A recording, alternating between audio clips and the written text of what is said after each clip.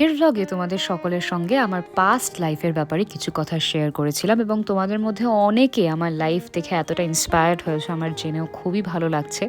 আসলে আমি চেষ্টা করি তোমাদের সঙ্গে যতটা সম্ভব ট্রান্সপারেন্ট থাকার, তোমাদেরকে আমি অ্যাকচুয়ালি যেখান থেকে উঠে এসেছি আজকে এই জায়গায় সেই জায়গাটা দেখানোর।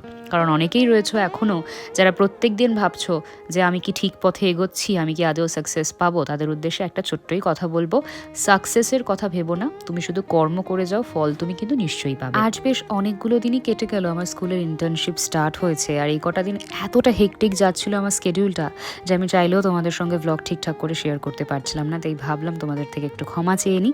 বাড়িতে এসে স্কুল থেকে আবার আমার শ্যুট থাকে, সেগুলোকে কমপ্লিট করলাম, এডিট থাকে, বিয়ের প্রচুর লেখা, তোমরা তো জানো। কিছুর মাঝখানে যখন তোমাদের এই মিষ্টি কমেন্টগুলো পড়ি প্রচণ্ড ভালো লাগে। আজকে শাউট-আউট পাচ্ছে দীপশিখা। থ্যাংক ইউ তোমাদের সকলকে যারা আমার ভিডিওগুলোতে এত মিষ্টি মিষ্টি কমেন্ট করো। আজকের মতো